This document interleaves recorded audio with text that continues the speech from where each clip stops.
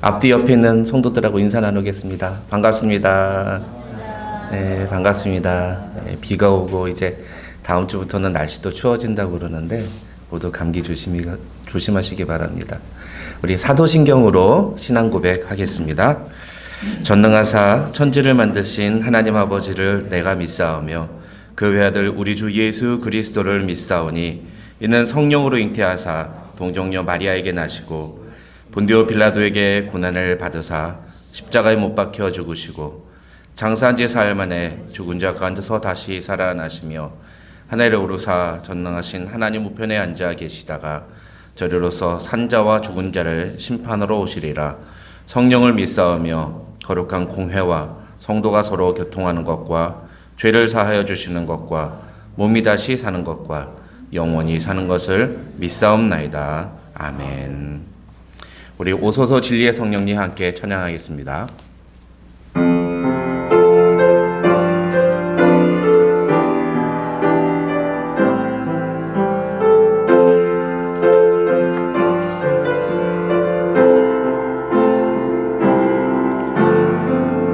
오소서 진리의 성령님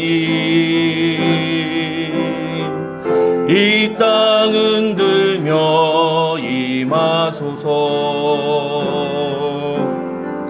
거짓과 탐욕 죄악에 무너진 우리 가슴 정케 하소서. 오소서 은혜의 성령님, 오소서 은혜의 성령님, 하늘 가르고 임하소서. 거룩한 불꽃 하늘로서 임하사 타오르게 하소서. 주 영광 위에 부흥의 불길 타오르게 하소서. 진리의 말씀 이 땅 새롭게 하소서. 은혜의 강물 흐르게 하소서. 성령의 바람 이 땅 가득 불어와 흰 옷 입은 주의 순결한 백성 주의 영광 위에 이제 일어나 열방을 치유하며 행진하는 영광의 그날을 주소서. 우리 다시 한번 찬양합시다. 오소서 진리의 성령님, 오소서 진리의 성령이 간절히 사모하는 마음으로 찬양합시다. 이 땅 흔들며 임하소서. 거짓과 탐욕 죄악에 무너진 우리 가슴 정케 하소서. 아멘. 오소서 은혜의 성령님, 하늘 가르고 임하소서. 거룩한 불꽃 하늘로서 임하사 타오르게 하소서. 주 영광 위에 부흥의 불길 타오르게 하소서. 진리의 말씀 이 땅 새롭게 하소서. 은혜의 강물 흐르게 하소서. 성령의 바람 이 땅 가득 불어와 흰 옷 입은 주의 순결한 백성 주의 영광 위에 이제 일어나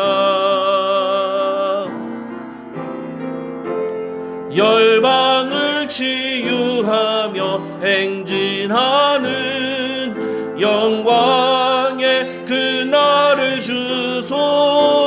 부흥의 불길 타오르게 하소서. 부흥의 불길 타오르게 하소서. 진리의 말씀 이 땅 새롭게 하소서. 은혜의 강물 흐르게 하소서. 성령의 바람 이 땅 가득 불어와 흰 옷 입은 주의 순결한 백성 주의 영광 위에 이제 일어나 열방을 치유하며 행진하는 영광의 그날을 주소서. 아멘.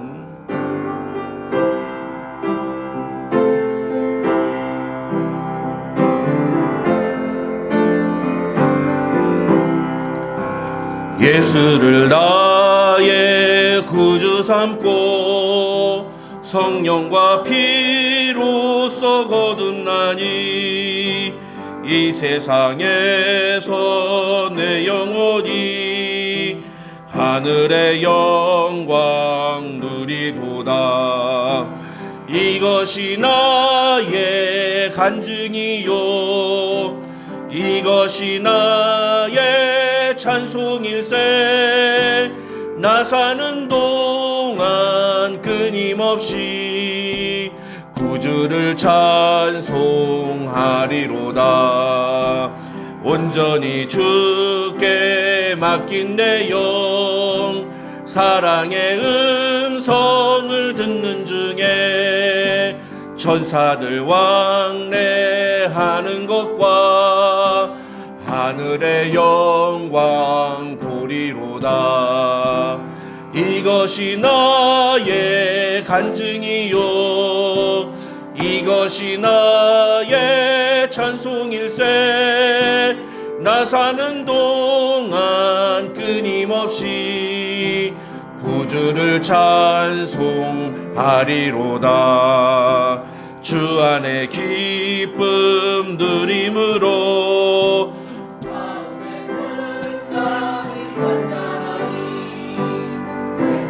너는 간 곳 없고 구속한 주만 보이도다.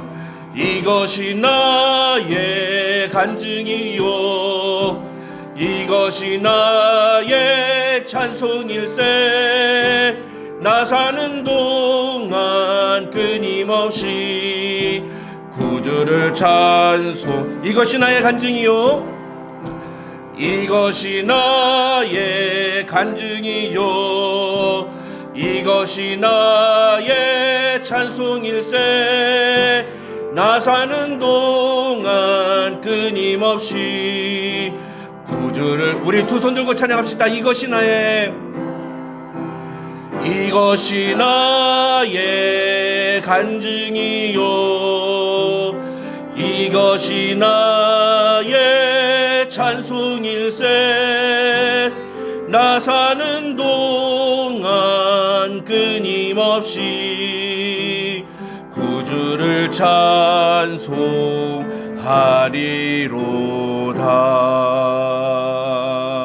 아멘.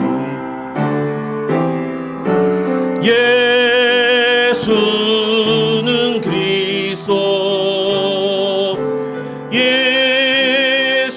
예수는 주 하나님의 영으로 경배 드리리. 지존하신 주님 이름 앞에 모두 무릎 꿇고 다 경배해. 거룩하신 주님 보좌 앞에 엎드려 절하세. 예수는 그리스도, 예수는 주, 하나님의 영으로 경배 드리리. 예수는 그리스도, 예수는 주, 예수는 그리스도, 예수는 주, 하나님의 영으로 경배 다시 한번 고백합시다. 예수는 그리스도, 예수는 그리스도, 예수는 주, 하나님의 영으로 경배 드리리.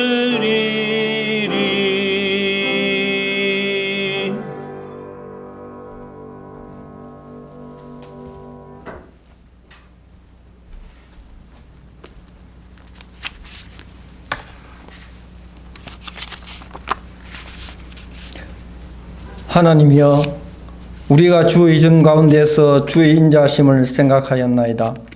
하나님이여, 주의 이름과 같이 찬송도 땅끝까지 미쳤으며 주의 오른손에는 정의가 충만하였나이다. 이 하나님은 영원히 우리 하나님이시니 그가 우리를 죽을 때까지 인도하시리로다. 아멘. 은혜와 진리의 하나님 아버지, 이 시간 하나님을 찬양하며 예배드릴 수 있도록 인도하여 주심을 감사드립니다. 제 인생에 주어진 시간들 속에 항상 함께하여 주셔서 이 한 해의 마지막 달까지 동행하여 이 은혜와 진리 장로교회를 지켜주시고 이끌어 주시며 하나님 아버지께 찬양과 경배를 올려드립니다. 하나님 아버지, 태초에 지어주신 아름다운 세상을 저희는 지켜내지 못하고 불순종으로 말미암아 하나님과의 관계가 깨어짐으로 모두가 죄인이 되었사오나 의로우신 하나님께서 저희를 죄인의 상태로 버려두지 않으시고 독생자이신 아들을 세상에 보내사 희생제물이 되게 함으로 저희를 의인으로 인정해 주시고 또한 구원의 손길을 베풀어 주심을 이 시간 감사드리며 찬양드립니다. 이제 더 이상은 하나님을 알기 전의 어둠의 상태로 돌이키지 마옵시고 끝까지 믿음을 지켜 의의 열매를 맺을 수 있도록까지 인도하여 주시기를 간구드립니다. 하나님 아버지, 이 시간 교회를 위하여 기도드립니다. 각 성도 한 사람 한 사람을 붙들어 주십사 육신이 연약하고 질병으로 힘들어하는 성도를 치유케 하여 주옵시고 강건하게 하여 주옵소서. 각 성도들의 믿음을 더욱 굳게 하여 주십사 이 지역사회에서 사랑을 전하며 실천하는 교회가 되게 인도하여 주옵소서. 특별히 자라나는 교육부 자녀들에겐 사랑과 믿음을 더욱 견고하게 부어주십사 축복하여 주십시오. 세상 속에서 그리스도의 참된 자녀로 자라나도록 보호하여 주시옵소서. 하나님 아버지, 이 시간 말씀 전하시는 목사님께 성령의 충만하심을 허락하여 주옵소서. 말씀 받은 저희 성도들에게는 갑절로 말씀의 열매를 맺는 일상을 살아가게 하여 주옵소서. 이 시간에도 주의 말씀 붙들고 땅끝까지 선교하시는 주님의 종들을 기억하여 주십사 그들과 가족들의 세심한 필요를 채워주옵시고 주변에 하나님의 나라가 온전히 임할 수 있도록 은혜를 베풀어 주옵소서. 또한 저희들에게는 더욱더 기도와 물질로 동력하여 합력하여 선을 이루도록 도와주시옵소서. 감사드리며 이 모든 말씀 살아계신 주 예수 그리스도의 이름으로 기도드립니다. 아멘.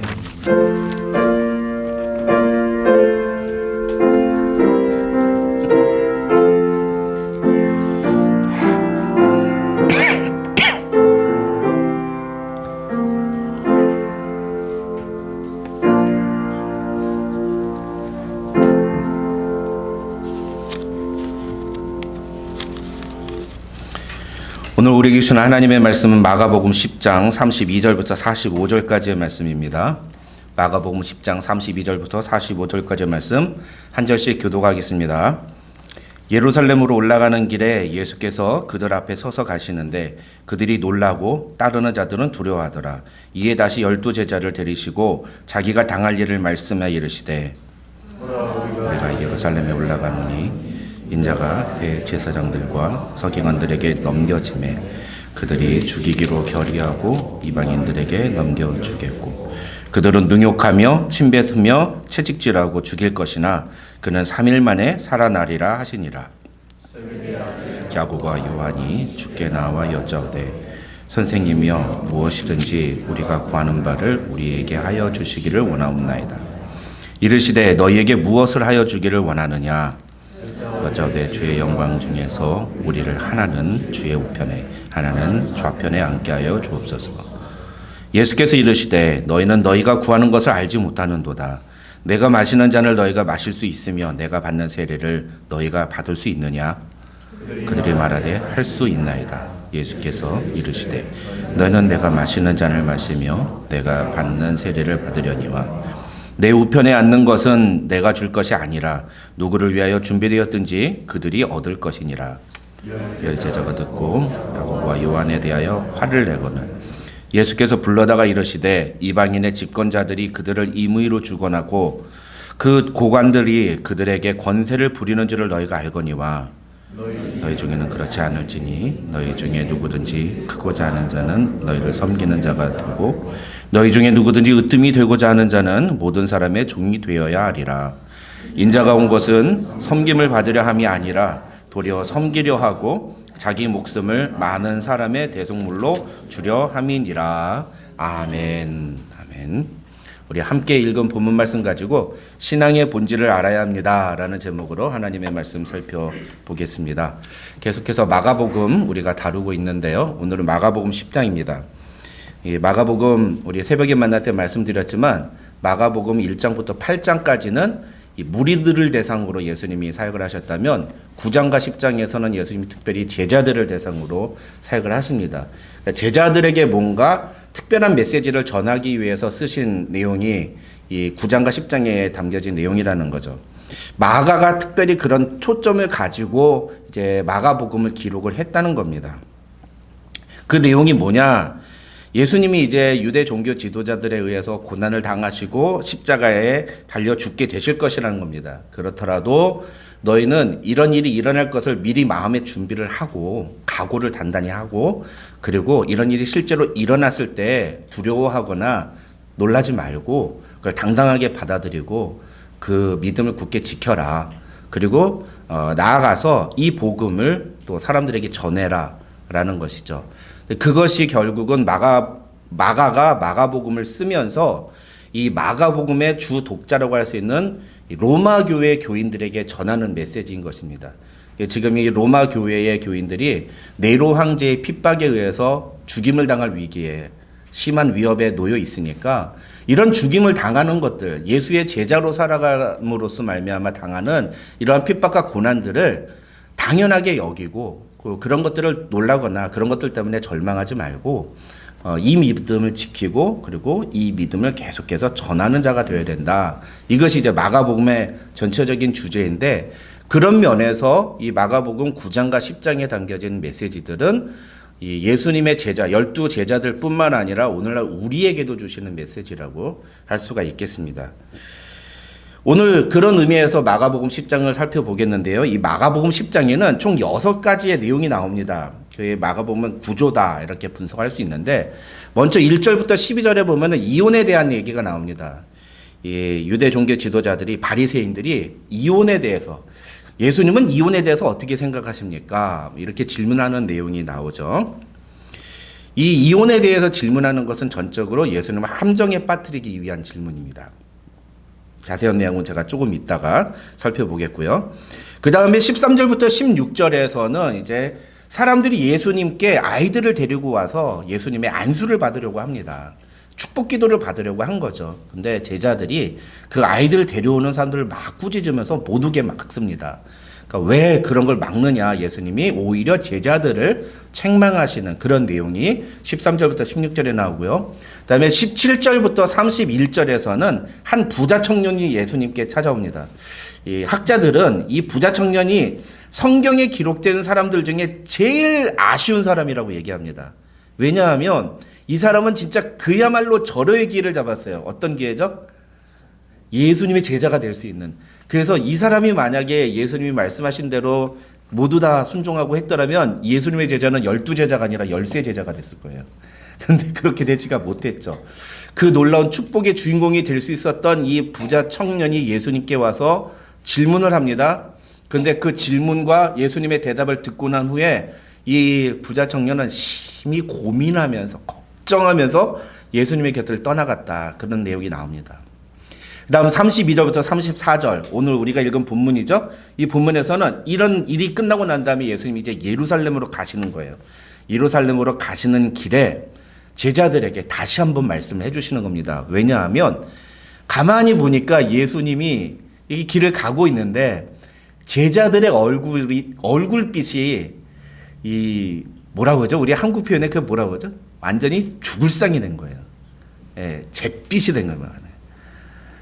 얼굴빛이 완전히 그냥 막 근심 걱정이 가득 차고 막 서로 막 수근수근 거리면서 막 난리가 난 겁니다. 근데 그게 왜 그런 건지 알아요. 예수님은 왜 그런 건지 아십니다. 그래서 예수님이 다시 한번 이 올라가는 길에 제자들에게 야, 너희 내가 다시 한번 얘기한다. 인자가 이 예루살렘에서 이 유대 종교 지도자들에게 고난을 받고 이방인에게 팔릴 거다. 그리고 그는 죽임을 당할 거다. 근데 그가 사흘 만에 다시 살아날 거다. 그거를 얘기하십니다. 그 내용이 32절부터 34절에 나오는 내용이에요. 근데 그 내용을 기록한 다음에 바로 마가는 무엇을 소개하느냐면은 이 마태복음에서도 우리가 살펴봤지만 야고보와 요한, 세베대의 두 아들이라고 하는 야고보와 요한이 예수님께 와서 하나는 우편에 하나는 좌편에 앉게 해달라고 청탁하는 내용이 나옵니다. 예. 이게 마태복음에서는 세베대의 아들들의 어머니가 청탁을 한 거로 나오죠. 근데 마가복음에서는 세베대의 두 아들인 야고보와 요한이 직접 청탁한 걸로 나옵니다.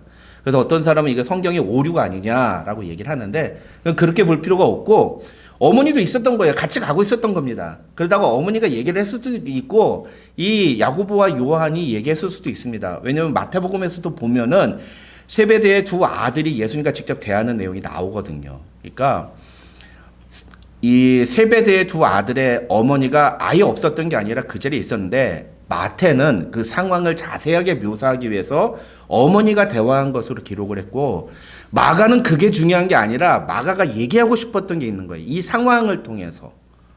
그게 지금 이 10장에 전체적으로 내려오는 문맥하고 연결이 되는 겁니다.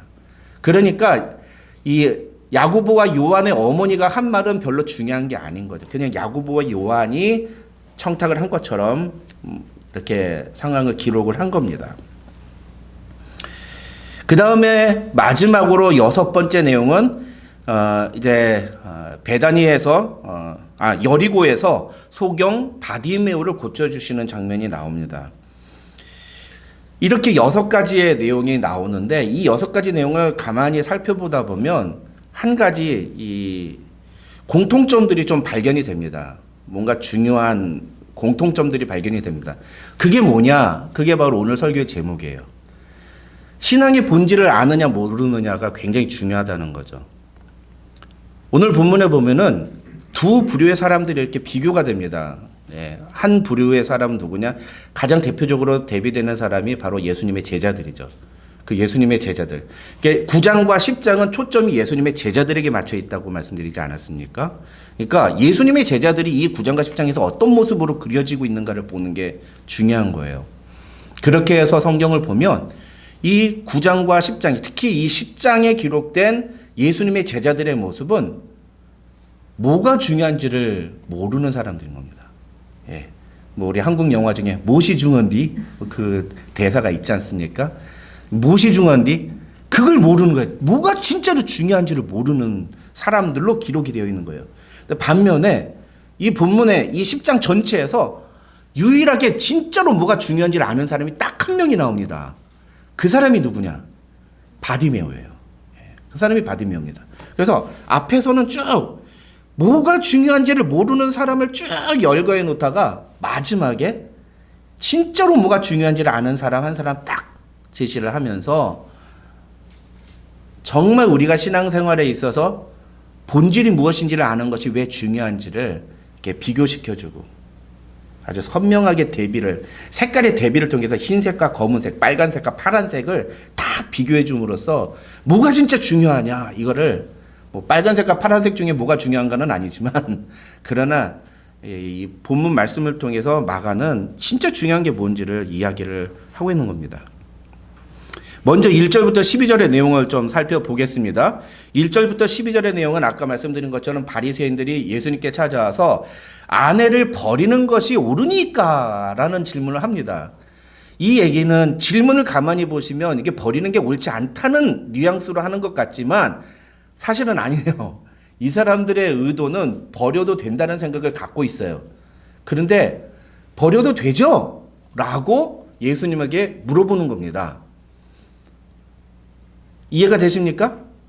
예, 이 한글 성경으로만 보면은 바리새인들이 예수님한테 나와서 예수님을 시험해서 사람이 아내를 버리는 것이 옳으니까 라고 얘기를 하는 것은 옳지 않다는 의도로 얘기를 하는 것처럼 보이지만 사실은 이 바리새인들의 의도에는 아내를 버려도 괜찮은 거죠 라고 이야기를 하고 있는 거라는 겁니다. 그래서 예수님이 모세는 너희한테 뭐라고 얘기했냐? 이거는 율법에 뭐라고 기록이 되어 있느냐라고 물으시는 겁니다. 그러자 바리새인들은 뭐라고 대답하죠? 율법에서는 모세는 이혼 증서를 써서 버려도 된다고 얘기하고 있습니다. 그렇게 얘기를 합니다. 이혼 증서를 써주어 버리기를 허락하였나이다. 그러니까 버려도 되죠. 그래도 잘못된 게 아니죠. 라고 얘기를 하고 있는 거죠. 그러자 예수님이 뭐라고 말씀하시죠? 이것은 너희의 마음이 완악함으로 말미암아 기록한 것이다 라고 대답을 하십니다. 그러니까 예수님의 대답은 뭐죠?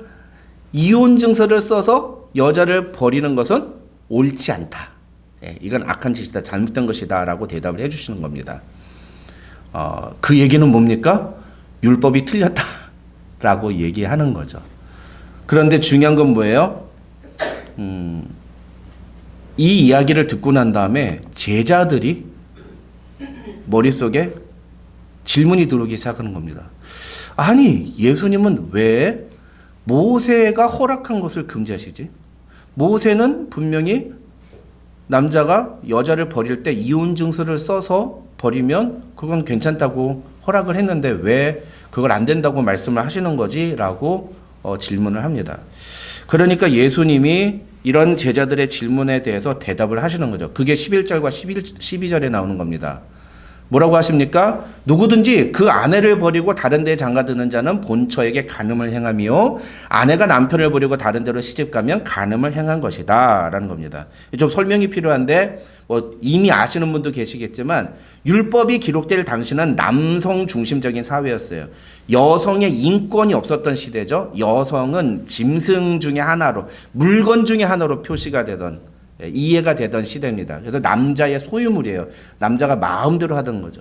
그러니까 처음에는 이 여자에게 홀딱 반해가지고서는 이 여자만 사랑하고 살다가, 좋아하며 살다가 어느 날 보니까 저쪽에 보니까 더 쭉쭉빵빵이 있는 거예요. 우와. 설교 중에 이런 표현 써서 죄송합니다만 여러분에게 보다 정확하게 이해를 시켜드리기 위해서 그런 표현을 씁니다. 남자가 그냥 홀딱 반하는 거죠. 그러니까 어떻게 해요? 여자를 버리는 거예요. 조강지처를 버리고 그 쭉쭉빵빵한 태로 확 가는 겁니다. 그 여자가 어떻게 돼요? 그 다음부터는 인생이 그냥 나락으로 빠져들게 되는 겁니다. 근데 그냥 뭐 우리 성경에 있는 인물들처럼 데리고 끝까지 살면은 문제가 없는데 당신 그렇게 안 했다는 거죠. 그냥 버리는 거예요. 네 인생 네가 알아서 살아. 그러면서 여자를 집에서 내쫓아 버리는 거예요. 그리고 자기가 좋아하는 여자를 데리고 살고. 그러니까 이 여성은 어떻게 돼요? 그래서 이번에 제가 우리 말씀 사경에 하면서 제가 여러 가지 부분에서 아니 저거 내가 나중에 설교 시간에 우리 교인들한테 해야 되는 내용인데 라고 했던 내용들이 많이 나왔는데 이 여성들은요, 이렇게 남성에게 버림을 받으면 절대적으로 사회에서 생존할 수 있는 능력이 없었어요. 그게 그 당시의 사회 구조예요. 그러니까 여자가 할 수 있는, 목숨을 부지하기 위해서 선택할 수 있는 직업은 거의 한두 가지밖에 없었어요. 무엇이죠? 예, 창녀가 되거나 구걸을 하거나 두 가지밖에 없는 거예요. 그래서 성경이 그렇게 창녀 얘기가 많이 나오는 겁니다. 그 얘기는 뭡니까? 그만큼 당시에 남자들이 여자들을 함부로 버리던 시대였던 거죠. 근데 성경에 모세가 여자를 버리려면 이혼 증서를 써서 버려라 라고 했던 건 무슨 얘기냐? 여자가 이혼 증서 없이 버림을 당하면 그는 다른 데 시집을 못 갑니다. 그런데 이혼 증서가 있는 상태에서 버림을 받으면 재가를 할 수가 있었어요. 생존의 기회가 있는 거예요. 당시 사회에 여성이라는 존재가, 이게 참 신기하죠. 우리 생각에는 그러면 하나님이 아예 법으로서 이혼을 금지시키면 되는 거 아니냐라고 생각하는데, 참 하나님은 당시의 사회 제도 자체를 변혁시키지 않으세요. 서서히 바꾸시죠. 그런데 그 메시지는 굉장히 급진적입니다. 여성의 인권이나 여성의 존재 자체를 하등의 가치 없는 존재로 여겼던 시대에 유일하게 여성을 존중하고 여성을 동등한 인간으로 인정했던 것이 하나님이십니다. 그래서 여성을 보호하기 위해서 이혼 증서를 써서 보내라고 한 것이지, 사실 성경에 기록된 내용은 하나님은 남자와 여자가 한 몸이 돼서 하나가 되라고 말씀하셨다. 이게 하나님의 창조의 질서이고 하나님이 결혼 제도를 만들어 놓으신 원리다 라고 말씀을 하는 거죠. 그러니까 무슨 얘기입니까? 바리새인들이나 예수님의 제자들이나 지금 모세가 율법을 기록할 때 원래 그 구절을, 그 문구를 기록했던 원래의 의도, 본질, 그것을 알지 못한 채 문구 자체에만 집착을 해서, 그럼 이제부터 여자는 이혼 증서 써서 버리면 되는구나 라고 받아들였다는 거예요. 신앙의 본질을 이해하지 못하면 이렇게 문구에 집착하는 삶을 살게 된다는 거죠. 이게 바로 1절부터 12절에서 나오는 제자들의 모습인 겁니다. 그 다음에 13절부터 16절에 나오는 내용을 볼까요? 13절에서 16절의 내용 뭐라고 그랬죠? 예수님에게 어린 아이들을 데리고 오는 것을 제자들은 금해요. 그런데 예수님은 누구를 혼내요? 제자들을 혼냅니다. 그러면서 뭐라고 하세요? 어린아이들이 내게 오는 것을 용납하고 금하지 말라. 하나님의 나라가 이런 자의 것이니라 라고 말씀하시죠. 그리고 그 뒤에 14절인가요? 15절에서 보면은요, 뭐라고까지 말씀하시냐면, 내가 진실로 너에게 이르노니 누구든지 하나님의 나라를 어린아이와 같이 받들지 아니하는 자는 결단코 그곳에 들어가지 못하리라고까지 말씀하십니다. 그러니까 중요한 건 뭐예요? 예수님의 제자들은 어린아이들이 오면 예수님이 귀찮고 예수님을 번거롭게 만든다고 생각했어요. 근데 예수님은 뭐라고 하세요? 야, 이 어린아이들 오는 거 금하지 마. 이 어린아이들처럼 하나님의 나라를 받아들여야 돼. 그러니까 신앙은 너희들 같은 어른들만을 위한 것이 아니야 라고 말씀하시는 겁니다. 여기서 우리는 또 뭘 보게 됩니까? 신앙의 본질을 이해하지 못한, 하나님의 나라가 어떤 자들의 것인지를 제대로 알지 못하는 제자들의 모습을 보게 되는 거죠. 여기서도 그런 제자들의 모습을 꾸짖으시는 내용이 나오는 겁니다. 다음 17절부터 25절에 기록된 이 부자 청년에 대한 이야기도 마찬가지예요. 그럼 부자 청년의 질문이 무엇이었습니까? 17절을 보시면, 선한 선생님이여, 내가 무엇을 하여야 영생을 얻으리까? 라는 질문이에요. 여러분, 이 질문의 가장 중요한 문제점이 뭘까요? 예? 이 질문의 가장 중요한 문제점이 뭘까요? 예, 무엇을 하여야 영생을 얻으리까? 라는 겁니다. 이게 이제 구약의 구원의 개념이기도 하죠. 내가 무엇인가를 해야, 율법을 지켜야지만 구원을 얻을 수 있다고 하는 구약의 유대인들이 갖고 있는 구원관이기도 하지만 오늘날에도 이런 구원관을 가지신 분들이 적지 않습니다. 내가 교회를 빠지지 않고 나와야지만 천국에 들어갈 수 있다고 생각합니다. 내가 하나님께 헌금을 많이 드려야지만 하나님이 나를 천국의 좋은 자리로 15평에서 30평으로 옮겨주실 거다. 뭐 이렇게 생각을 하시는 분들이 간혹가다 있습니다. 그런데 그런 부자 청년에게 예수님이 하신 말씀은 폭탄 가드 같은 거예요. 뭐였죠? 네가 가진 재산을 다 팔아라. 그리고 가난한 자들에게 나눠주고 너는 나를 따라라. 이야, 이제 폭탄 같은 선언입니다. 폭탄 같은 선언이에요, 여러분.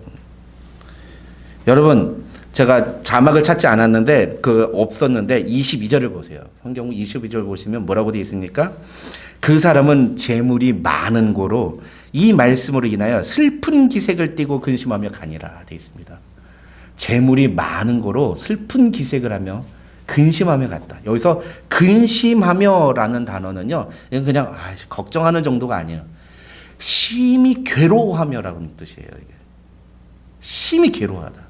왜 괴로워했을까요? 영생은 얻고 싶은데 영생을 얻으려니 재산을 다 팔아야 돼.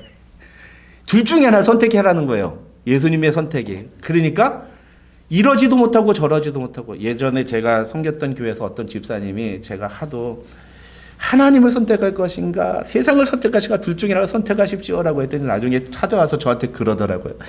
목사님, 저는요 정말로요 하나님도 선택하고 싶고 세상도 선택하고 싶어요.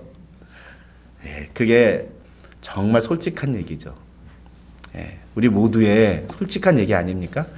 하나님에게도 인정받고 싶은데 세상에서도 부자로 살고 싶은, 예, 세상에서도 편안하게 살고 싶은 마음이 있지 않습니까? 근데 제가 성경을 보면은 그런 게 아니란 말이죠. 마치 예수님이 말씀하신 것처럼 네가 갖고 있는 모든 재산을 다 팔고 나를 따르라. 마치 이렇게 말씀하시니까 그럼 또 우리는 어떻게 생각을 해요? 천국에 들어가려면 무소유를 해야 되는 거예요. 불교의 무소유 쓰신 분이 누구였죠? 법정 스님 무소유. 그분은 진짜로 아무것도 안 가지고 돌아가셨다고 그래요. 그러면 그분 천국 가셨나요? 오늘 성경대로라면 그분 천국 가야 되는 거 아닙니까? 자기 모든 소유를 다 팔았잖아요. 예수님을 안 따랐군요. 아닙니다, 여러분. 예수님이 자기의 재산을 모두 다 팔고 나를 따르라고 얘기한 건 재물에 초점이 있는 게 아니에요. 여러분, 우리 마태복음 할 때 이미 다뤘습니다. 그러니까 새벽의 만나를 잘 들으셔야 돼요. 굉장히 중요한 내용들이 많이 나옵니다. 여러분, 마태복음에 보면 뭐라고 되어 있습니까? 예수님이 마태복음 6장 24절, 한 사람이 두 주인을 섬기지 못할 것이다. 그러니까 혹 이를 미워하고 저를 사랑하거나 이를 중히 여기고 저를 경히 여긴다. 이게 뭐죠? 재물과 하나님을 동시에 사랑할 수 없고 두 주인으로 섬길 수 없다. 돈을 사랑하면 하나님을 경히 여기고 하나님을 중요하지 않은 분으로 여길 수밖에 없다는 거예요. 그게 인생이라는 겁니다. 그러니까 아까 제가 말씀드렸던 저한테 찾아오셔서 목사님, 저는 하나님도 사랑하고 세상도 사랑하고 싶어요 얘기했던 이분은 저는 얼마든지 동의하고 얼마든지 그 공감을 하지만 그건 불가능한 일이에요. 그건 불가능한 일이에요. 세상을 사랑하는 순간 우리는 하나님을 경히 여길 수밖에 없다는 거죠. 그게 이 세상의 원칙이에요. 그래서 예수님이 뭐라고 그래요? 너희가 하나님과 재물을 겸하여 섬기지 못하느니라. 그 얘기는 무슨 얘기입니까? 이 청년한테 얘기한 건 뭡니까? 네 재물을 다 팔고 나를 따르라는 얘기는 뭡니까? 너의 마음의 중심에 하나님을 너의 주인으로 인정하라는 거예요. 이건 오늘날 복음하고도 똑같은 내용인 거죠. 이게 복음의 본질 아닙니까? 이게 복음 아니에요?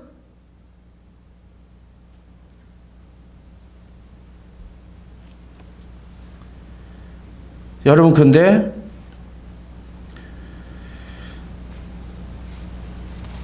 오늘 성경을 가만히 보시면 예수님이 이렇게 말씀하시는 것을 이해하지 못하는 사람들이 있어요. 그게 누구죠?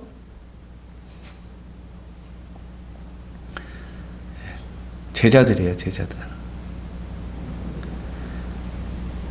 여러분 제자들이 어떻게 했습니까? 26절과 28절 보면 제자들이 매우 놀라 서로 말하되 그런즉 누가 구원을 얻을 수 있는가?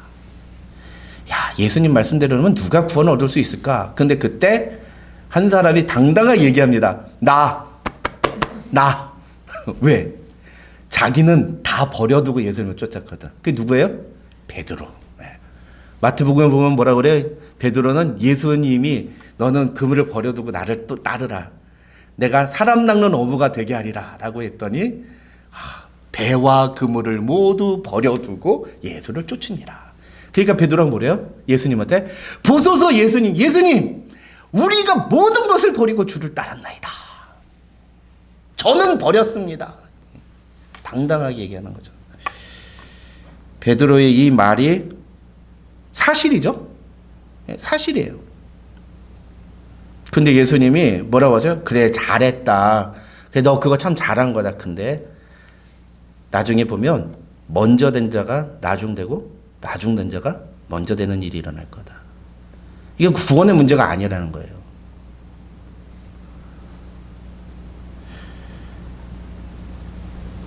재물이 있는 곳에 자신의 마음이 있고, 그래서 재물이 있는 사람은 하나님 나라에 들어가기가 심히 어렵다. 왜 그럴까요? 그 재물이 눈에 밟혀서. 하나님보다 재물이 더 중요하니까. 여러분, 성경을 보시면 하나님이 재물을 경히 여기지 않으세요. 하나님이 하나님의 사람들에게 재물로 축복하십니다. 예. 그리고 저는 우리 은혜진리 장로교회 모두 교우들에게 하나님 그런 축복 내려주시길 원합니다. 여러분의 삶을 하나님께서 책임져 주시고 재물의 축복을 주시길 원합니다. 그런데 재물이 주인이 되는 순간 우리가 하나님과 대적의 관계가 된다는 걸 알아야 돼요. 재물은 하나님이 주시는 축복일 뿐이지 그 재물이 우리의 주인이 되어서는 안 되는 거죠. 근데 우리는 어때요? 하나님을 통해서 재물을 얻으려고 해요. 부를 누리려고 합니다. 세상에서 성공하기를 원하죠. 연봉 좀 더 많이 받는 직장으로 우리 아이들이 취직되기를 원하죠. 여러분만 그런 거 아니에요. 저도 그래요. 저도 이제 취직 앞두고 있는 아들놈 하나 있는데 이 아들놈이 연봉 4만 불, 5만 불 받는데 가려고 그러면 야, 넌 뭐하러 그런 데를 가냐. 네 정도 대학 졸업에 너 정도 실력이면은 한 10만 불 정도 받는데 갈 수 있는데 너 뭐하러 그러느냐. 이렇게 설득합니다. 저도.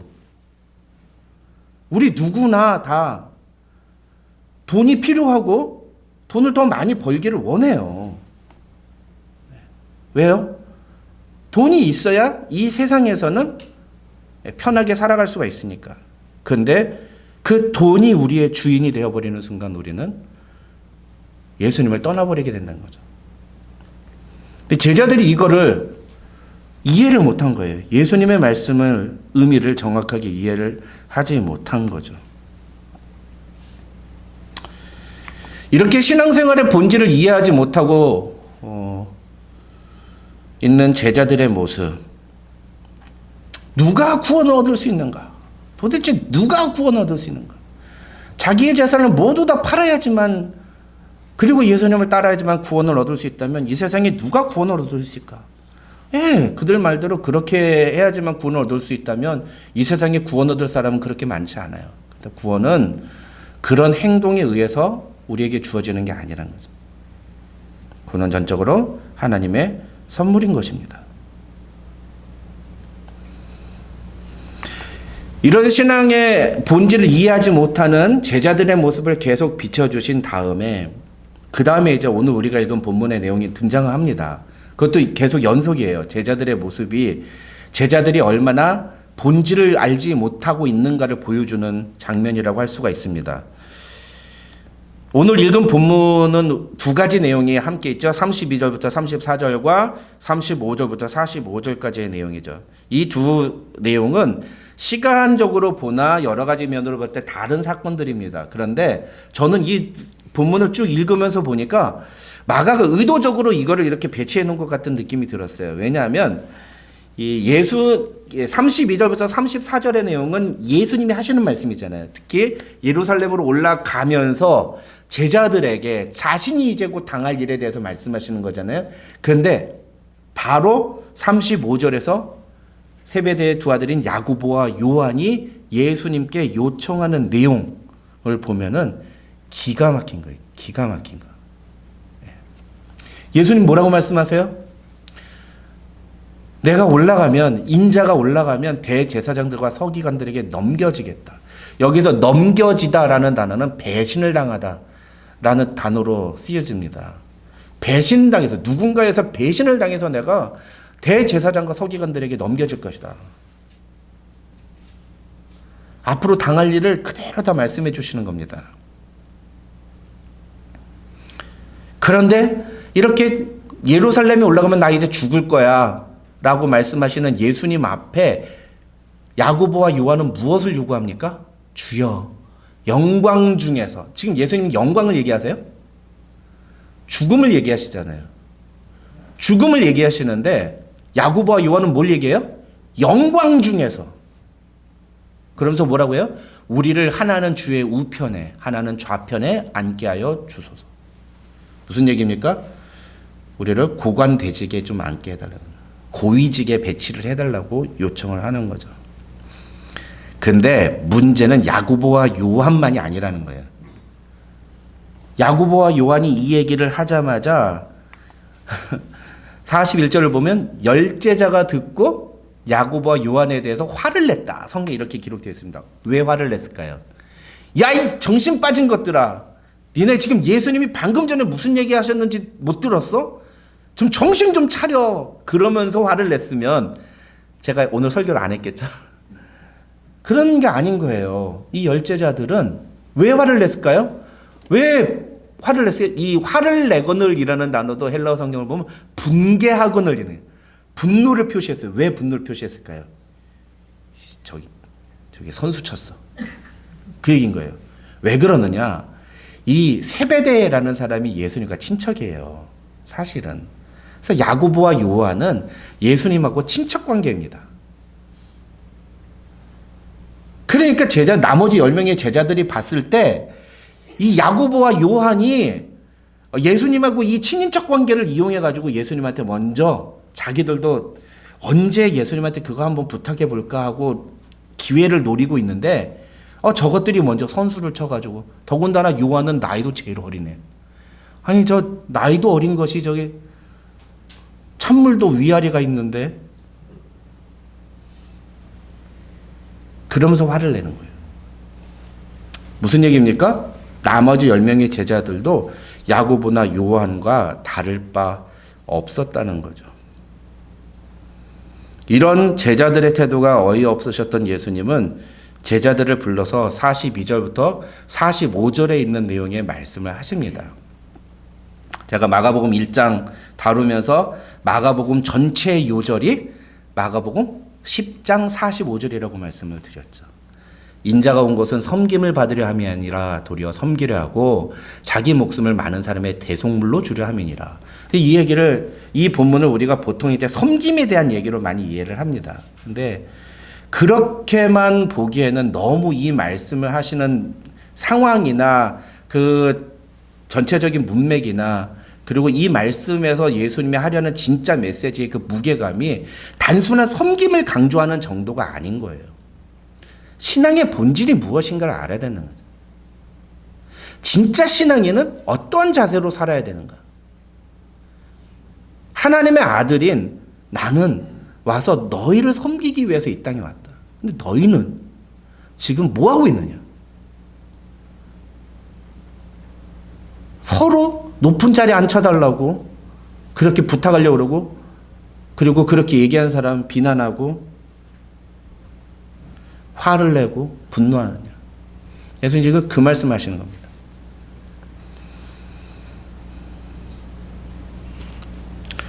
여기까지가 이제 예수님 신앙의 본질을 제대로 이해하지 못한 제자들의 모습이에요. 그 다음에 무슨 내용이 나오죠? 소경 바디메오의 얘기가 나옵니다. 소경 바디메오의 내용. 여러분들 이 소경 바디메오의 사건에서 우리가 주목해야 되는 게 무엇인지 아십니까? 그것은 바로 이 소경 바디메오가 예수님을 부르는 호칭이에요. 47절을 보시면은요, 이 바디메오는 예수님을 가리켜 뭐라고 부릅니까? 다윗의 자손 예수여 나를 불쌍히 여기소서라고 하죠. 제가 마태복음 할 때 말씀드렸죠? 다윗의 자손 무슨 뜻이라고요? 메시아. 예. 다윗의 자손이라는 단어는 메시아라는 단어와 거의 같은 의미예요. 유대인들은 그런 의미로 썼던 표현이에요. 그러니까 지금 이 소경 바디메오는 예수님 뭐라고 부르고 있는 거예요? 메시아시여 그렇게 부르고 있는 거죠. 메시아시여 나를 불쌍히 여기소서. 메시아시여 나를 불쌍히 여기소서. 사람들이 막 말립니다. 많은 사람이 꾸짖어 잠잠하라. 조용히 해. 시끄럽게 그러지 말고 저리 가. 눈도 안 보이는 것이. 근데 이 바디메오는 굽히지 않아요. 다윗의 자손이여 나를 불쌍히 여기소서. 왜 이렇게 했을까요? 바디메오는 오직 이 예수님만이 자신의 삶의 문제를 해결할 수 있는 능력을 갖고 있다고 믿었기 때문입니다. 이분이 뭐 이 세상을 구원하는 건 잘 모르겠고 나를 이 어둠에서 구원하실 유일한 분이라는 사실을 알았던 거예요. 그렇게 믿었던 겁니다. 그러니까 다윗의 자손이여 나를 불쌍히 여기소서라고 간절하게 외치는 겁니다. 사람들이 말려도 그딴 거 필요 없고 뭐 나는 지금 내가 이분을 만나지 않으면 안 된다라는 절박감을 가지고 예수님을 부른 거예요.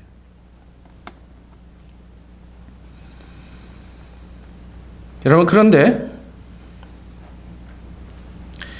51절을 보시면 예수님은 그 맹인의 소리를 듣습니다. 그리고 뭐라고 하세요? 내가 내게 무엇하여 주기를 원하느냐. 맹인이 뭐라고 그래요? 선생님이여 보기를 원하나이다. 이렇게 대답을 하죠. 여기서 호칭이 바뀝니다. 뭐라고 그래요? 선생님이여 라고 되네요. 선생님이여. 아까 뭐라고 했어요? 다윗의 자손이여 라고 했죠. 근데 갑자기 왜 선생님이라고 바꿀까요? 이게 이제 한글 성경의 번역의 문제점이에요. 헬라어 성경으로 보든지 영어 성경으로 보면 쉽게 그래서 영어권에 익숙하신 분들은 이 본문을 오해하지 않습니다. 근데 한글 성경이 익숙하신 분들은 이 본문을 자주 오해를 하시죠. 분명히 우리 성경에서는 맹인이 바디메오가 선생님이여 보기를 원하나이다 라고 했습니다. 근데 이 선생님이라는 단어가 달라요.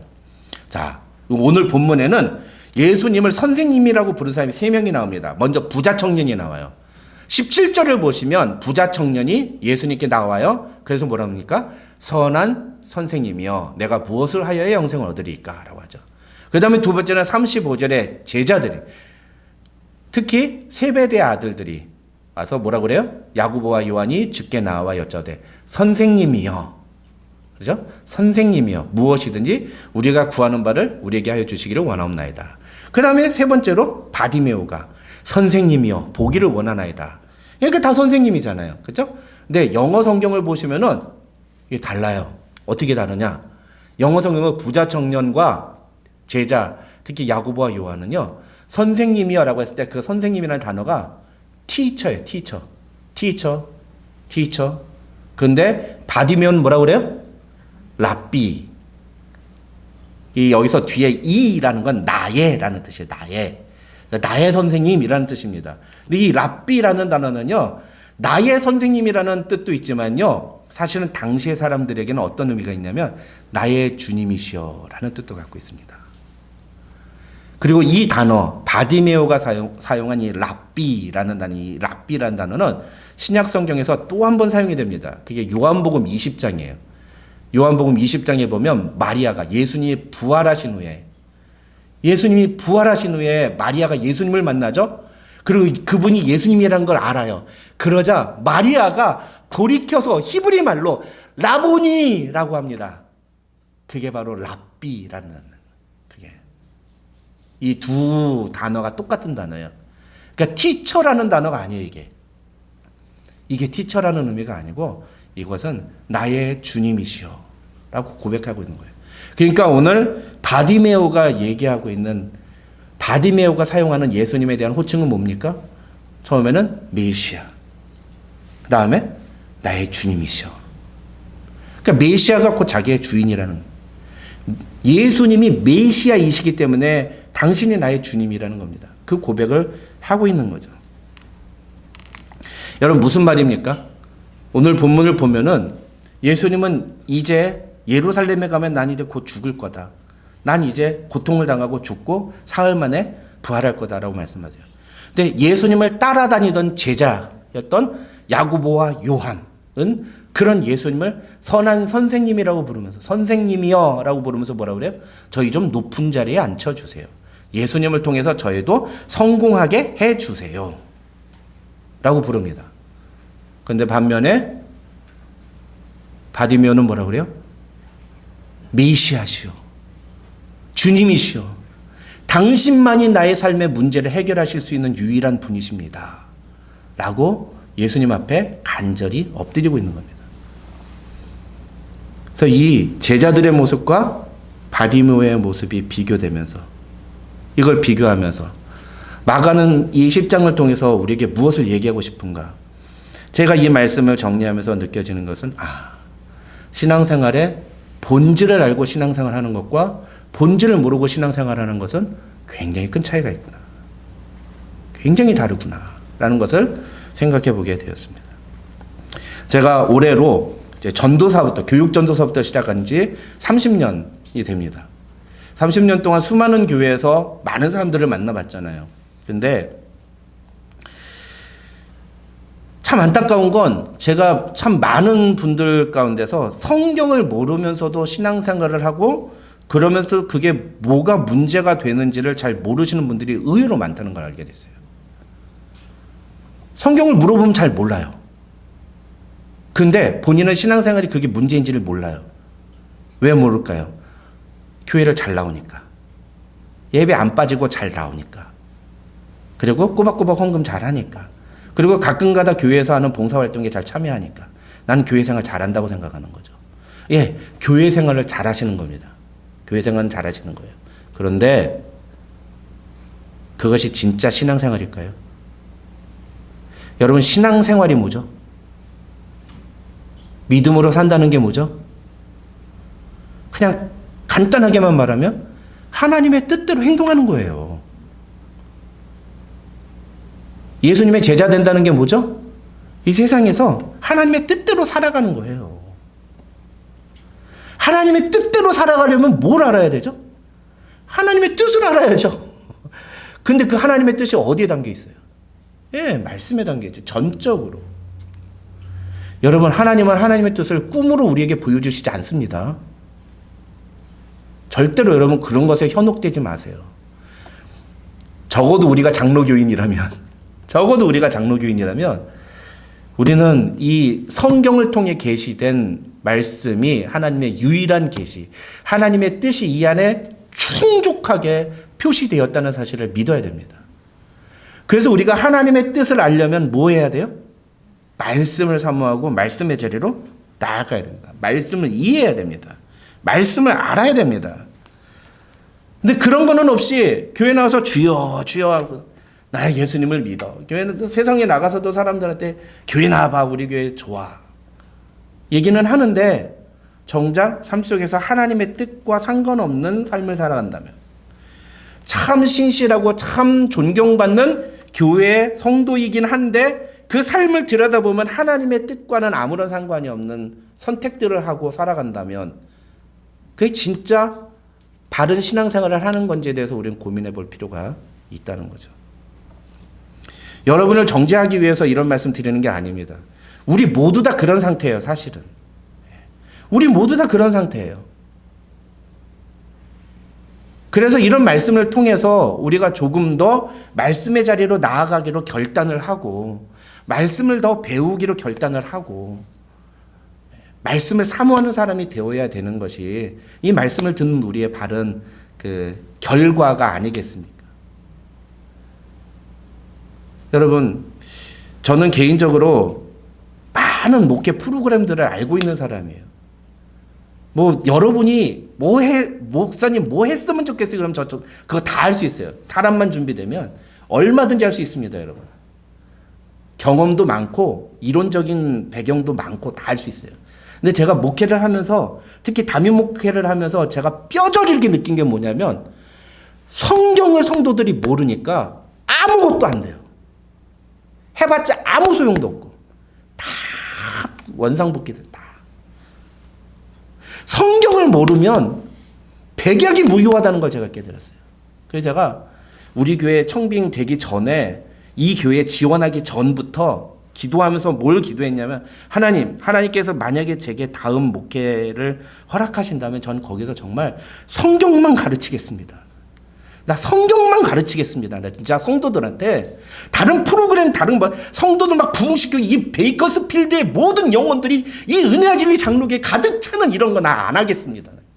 나 그 대신에 우리 성도들에게 성경은 제대로 가르치는 목회. 나 이 책임만큼은 내가 절대로 소홀히 하지 않겠습니다. 사랑하는 성도 여러분, 여러분도 하나님의 말씀을 사모하는 성도들이 되시기를 주님의 이름으로 축원합니다. 말씀을 통해 말씀의 본질을 깨달아야 돼요. 여러분 마태복음 7장 21절에 예수님이 너무너무 무서운 말씀하세요. 뭐라고 하시죠? 나 너로 주여 주여 하는 자마다 천국에 들어갈 것이 아니요 다만 하늘에 계신 내 아버지의 뜻대로 행하는 자라야 들어가리라. 이걸 행위구원으로 생각하지 마세요. 무엇을 행해야 구원을 영생을 얻으리까? 그 얘기가 아니에요. 여기서 아버지의 뜻대로 행한다는 게 무슨 뜻입니까? 바른 믿음이 있어야 된다는 거예요. 바른 믿음이. 믿음과 행함이 같이 가는 걸 말하는 겁니다. 하나님을 믿기에, 예수 그리스도를 믿기에 그 믿음대로 행동하는 삶의 모습이 나와야 된다는 거죠. 오늘 바디메오는 그걸 믿었던 거예요.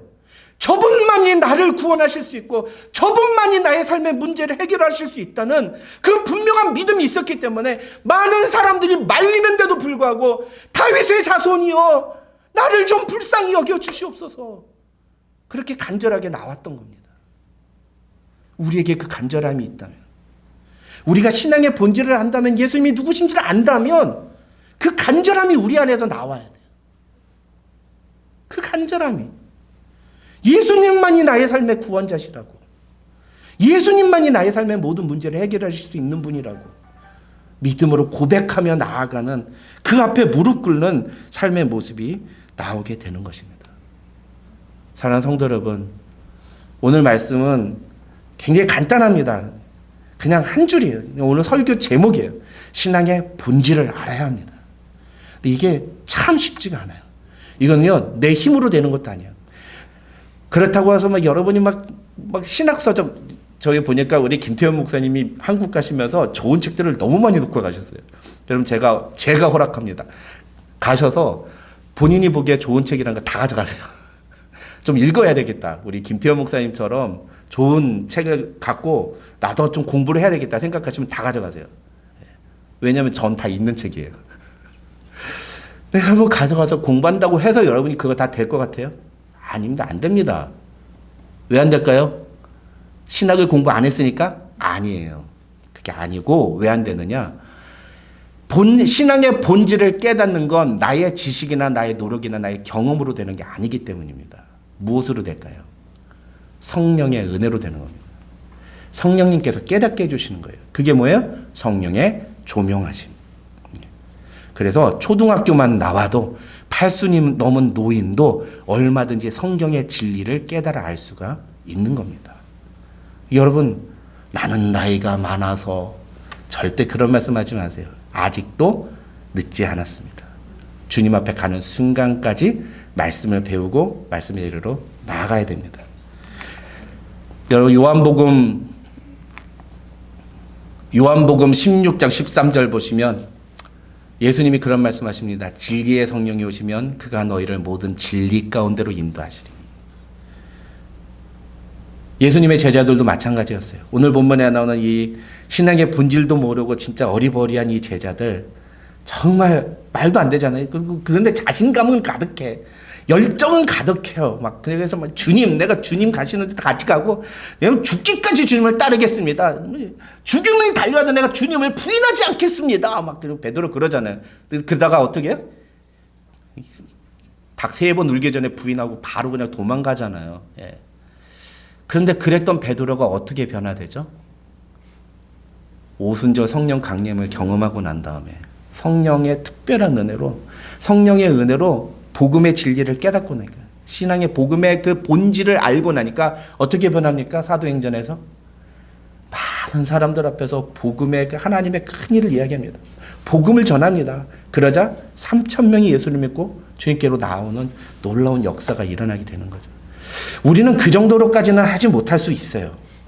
제가 여러분, 저에게도 그런 거 기대하지 마시고, 우리는 뭐 3,000명이 예수님을 믿는 그런 일은 일어나지 않을 수 있을지 모르지만 우리의 삶의 작은 변화들, 무엇이 진짜 예수 믿는 삶인가, 무엇이 진짜 예수 믿는 사람다운 삶의 모습인가를 고민하고 하나님이 기뻐하시는 뜻대로, 아버지의 뜻대로 주여 주여 하는 자마다 천국에 들어가는 게 아니라 하늘에 계신 내 아버지의 뜻대로 행하는 거예요.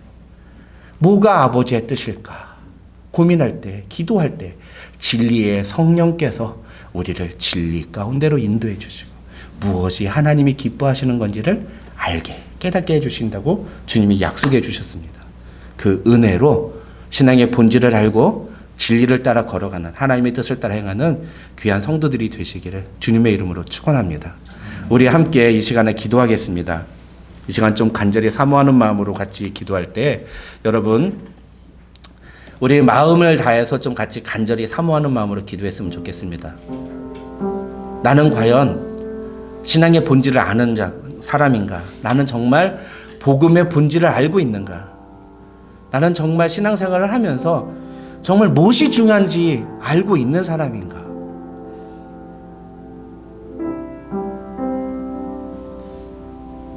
하나님, 내가 진짜 예수님이 누구신지를 정말 알고 믿음 생활을 하고 있습니까?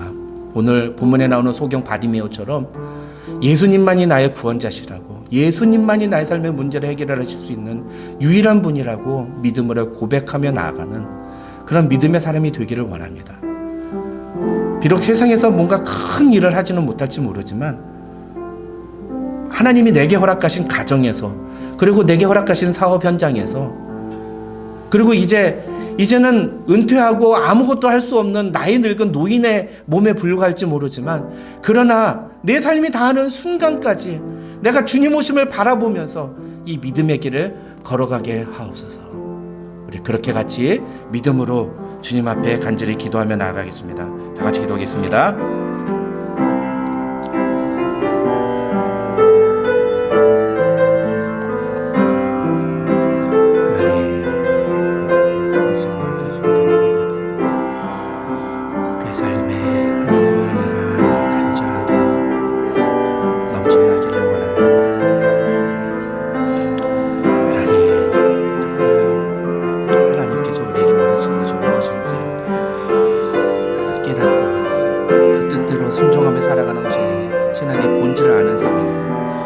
우리는 그런 믿음의 삶을 살았는지, 겉으로는 참된 종교인으로 멋지게 살아왔지만 하나님의 뜻과는 상관없는 삶을 살아오지 않았는지 우리 자신을 돌아보면서, 하나님, 이제 우리가 주님 앞에 겸손히 나아가게 하여 주시옵소서.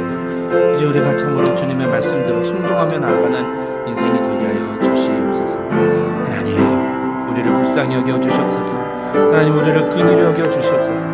우리의 마음속에 진리를 깨닫게 하여 주시고, 성령님, 우리가 그 하나님의 뜻대로 순종하며 나아갈 때 우리 삶의 작은 변화가 시작되게 하여 주시고, 하나님의 놀라운 역사가 일어나는 것들을 우리가 보게 하시고, 비록 힘들고 어려운 믿음의 길이지만 그 믿음 지켜나가며 주의 복음 증거하는 사명자의 삶을 살아가도록 하나님 붙잡아 주시옵소서.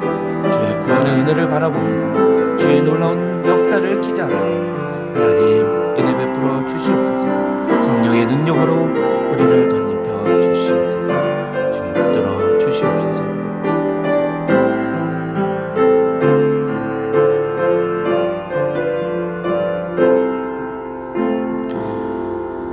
하나님 아버지, 감사합니다. 오늘도 우리에게 귀한 시간 허락하여 주시고 주님 앞에 나와 예배 드릴 수 있는 특권과 은혜 주심을 감사합니다. 하나님 앞에 나와 예배 드리는 것이 얼마나 큰 축복인지를 오늘 이 시간 우리가 알게 하여 주시고 그 은혜에 감격하며 주 앞에 드리는 예배 되게 하시며 특별히 오늘 주신 말씀을 따라서 우리가 신앙의 본질을 알고 그 본질을 붙잡으며 신앙생활하는 귀한 주님의 제자들이 되게 하여 주시옵소서. 신앙의 본질을 아는 자들은 예수님이 누구신지를 분명하게 고백하며 그 믿음대로 행동한다고 오늘 본문은 말씀하였습니다. 하나님 아버지의 뜻대로 행하는 삶을 살아가게 하여 주시고 입술로만 주여 주여 함으로 외식적이고 거짓에 사로잡힌 종교인이 되지 않도록 하나님 우리를 붙들어 주시옵소서. 우리 모든 은혜와 진리 장로교회 교우들에게 성령의 은혜를 부어 주셔서 하나님의 말씀으로 날마다 변화되는 역사를 경험하게 도와주시옵소서. 감사드리며 예수님의 이름으로 기도드립니다. 아멘. 장로 제가 그래요? 제가 할까요? 네. 자, 12월 생일 맞으신 우리 교우들 축하드립니다. 우리 한번 박수 할까요? 우리 송은주 권사님, 또 강정자 권사님, 신웅재 장로님 축하드립니다. 네, 감사합니다. 오늘 생일 그 케이크 있나요? 예, 감사합니다. 예배 끝나고 성도의 교제할 때 같이 생일 축하하도록 하겠습니다. 이번 주 새벽에 만나 본문은 마가복음 11장부터 창세기 1장입니다. 교회 달력 도착했는데 지난주에 혹시 못 가져가신 분 한 부씩 더 가져가시면 되겠습니다. 제가 지난주에 말씀드렸지만 주보에 딱 보시면 주보의 순서에 예배 순서에 성도의 교제 넣어놨습니다. 예, 여기까지 예배라고 생각하시고 우리 교회 여러분들 꼭 참석하고 교제 나누고 그러고 가주시면 감사하겠습니다. 우리 다 같이 일어나셔서 우리 오소서 진리의 성령님 찬양하고 축도하고 예배를 드리겠습니다.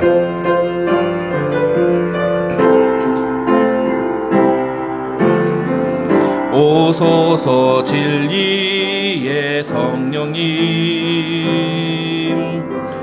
이 땅 흔들며 임하소서. 거짓과 탐욕 죄악에 무너진 우리 가슴 정케 하소서. 오소서 은혜의 성령님 하늘 가르고 임하소서. 거룩한 불꽃 하늘로서 임하사 타오르게 하소서. 주 영광 위에 부흥의 불길 타오르게 하소서. 진리의 말씀 이 땅 새롭게 하소서. 은혜의 강물 흐르게 하소서. 성령의 바람 이 땅 가득 불어와 흰 옷 입은 주의 순결한 백성 주의 영광 위에 이제 일어나 열방을 치유하며 행진하는 영광의 그날을 주소서. 부흥의 불길 타오르게 하소서. 부흥의 불길 타오르게 하소서. 진리의 말씀 이 땅 새롭게 하소서. 은혜의 강물 흐르게 하소서. 성령의 바람 이 땅 가득 불어와 흰 옷 입은 주의 순결한 백성 주의 영광 위에 이제 일어나 열방을 치유하며 행진하는 영광의 그날을 주소서. 아멘. 기도하겠습니다. 하나님 감사합니다. 오늘도 우리에게 귀한 예배 자리 주심을 감사합니다. 오늘도 주님이 주신 은혜가 참으로 귀함을 고백합니다. 주신 말씀 따라서 믿음의 삶을 살기로 결단하며 이 예배당을 나갈 때 하나님 우리에게 은혜 베풀어 주시고 우리를 붙들어 주시옵소서. 오늘도 이런 마음으로 주님 앞에 예배드리며 주님 앞에 귀한 예물을 드립니다. 이 예물이 우리의 믿음을 주님 앞에 올려드리는 예물일진데 하나님 가난한 과부의 2렙돈을 귀하게 받으신 주님의 은혜가 우리에게 있음을 믿습니다. 비록 우리가 연약하고 부족하여 적은 것 주님 앞에 드리지만 그것이 주님 앞에 온전히 드리는 것일진데 주님 기쁘게 받아주시고 하나님의 영광을 위해 기유하게 사용하여 주시며 특별히 하나님 사렙다 과부를 주님 책임져 주셨던 것처럼 우리의 삶도 하나님께서 책임져 주시는 은혜를 경험하는 삶이 되게 하여 주시옵소서. 지금은 우리 구주 예수 그리스도의 한이 없으신 은혜와 우리 아버지 하나님의 만극하신 사랑과 성령 하나님의 감동, 감화, 교통 충만하신 은혜가 너희 무리 가운데 함께 있을지어다. 아멘.